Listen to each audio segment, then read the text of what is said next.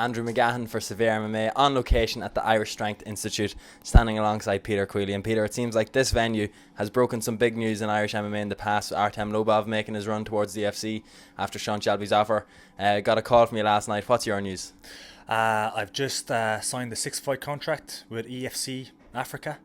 So the takeover continues, moving to Africa. So it's not the UFC anymore. We're going to Africa. New takeover.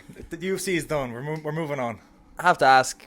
Some people may be a little bit critical of this. You've fought in Cage Warriors, you've fought some high level guys, but from knowing you in the Irish scene, you were finding it very hard to get matched.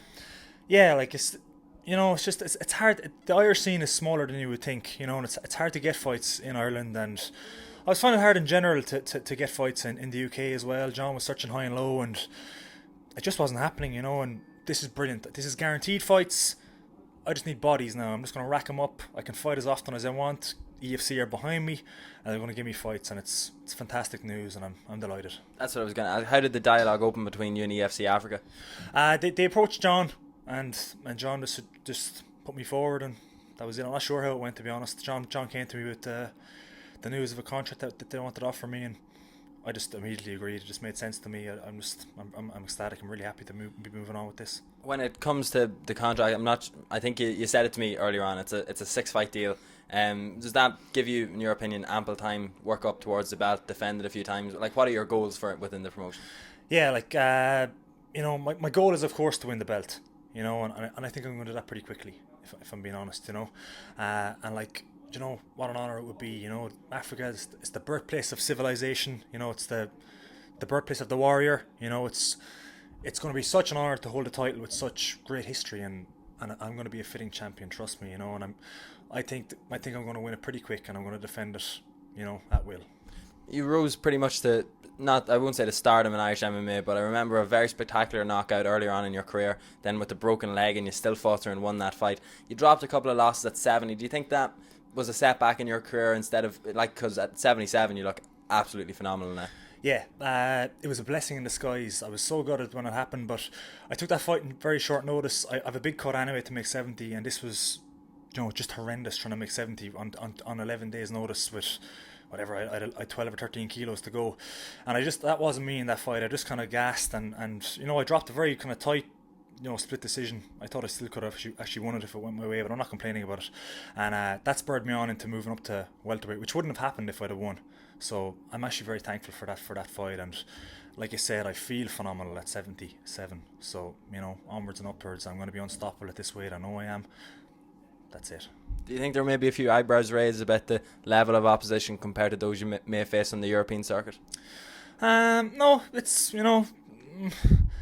like I looked at a few of their kind of like a few of their champions fights last night, and kind of like the top 5 guys. It seems like the top 5 guys in there, and to be honest, I just see novices like kind of like tough, durable kind of novice guys whose level of skill hasn't been exposed because they've been facing other novices. When they get in there with me, they're going to feel what I am very quick, and they're going to want to be out of there very quick. And that's going to be a pattern that we're going to see in EFC Africa from now on. So they're going to see something they've never seen before. How do you think EFC will approach now? Because also Henry Felipe is signed. Do you think they could match you up potentially, or there's talk about him maybe getting back towards the belt? Do you think it could be an Irish showdown further down the line? Yeah, who knows? I'm not sure what his status is. He lost his last one, didn't he? Yeah. So yeah, of course it would be a mad fight. We're both living in Dublin. Go flying to Cape Town to fight, but. I'm game. When it comes to as well the South African fans, and EFC is quite big in Africa, there was safety concerns in the last 12 to 18 months, but it seems that they've rectified them now. If you were to describe yourself to the African fans who will be watching this, what can they expect from the showstopper? Pedal to the metal, breaking my opponents, and big knockouts. I've got power again at 77. I'm not drained. I'm going to be crushing guys at this weight. Trust me, they're gonna. I've watched this show. It's a spectacular presentation and production. Yeah. And then when guys win, there's this little smattering of applause. When I win, they're going to applaud. I'm going to win these fans big time. Honestly, I know this is cheesy, but I feel like, remember Russell Crowe and Gladiator? I'm going to give them something they're not going to see before. Trust me, and they're going to appreciate it. And I am going to win these fans. I'm going to be a star in Africa. I'm going to be a star in my home country. and I'm going to be a star worldwide. I think I should have finished it on that. That was great. But one more thing, like they're gonna know the SBG camp. They're gonna know you train a lot with Cahill, and I know you do quite well against Cahill, who's a big welterweight. And then you've got Conor McGregor on the other hand, who's a 145er. What's it like training with these guys on a day in day out basis? It's amazing, you know. It's me and Cahill. Cahill is probably my main sparring partner because we're just the same weight, and I've learned so much from him. I've taken so much from over the years. Conor the same. I spar him a lot. I've learned so many techniques, so many, you know, kind of approaches and concepts to fighting off him. But more I've learned off him is just he's a pleasure to be around. He lacks the one characteristic I hate in people, and that's negativity. You know, he's positive. He's always smiling. He's certainly changed my approach to how I'm going to get what I want in life. You know, and the same can be said for all the guys in the gym. You know, there's Artem, Philip, Peter. I've got it's littered with future stars and current stars, and you know, those guys and John are everything. That's why I'm kicking on with my career.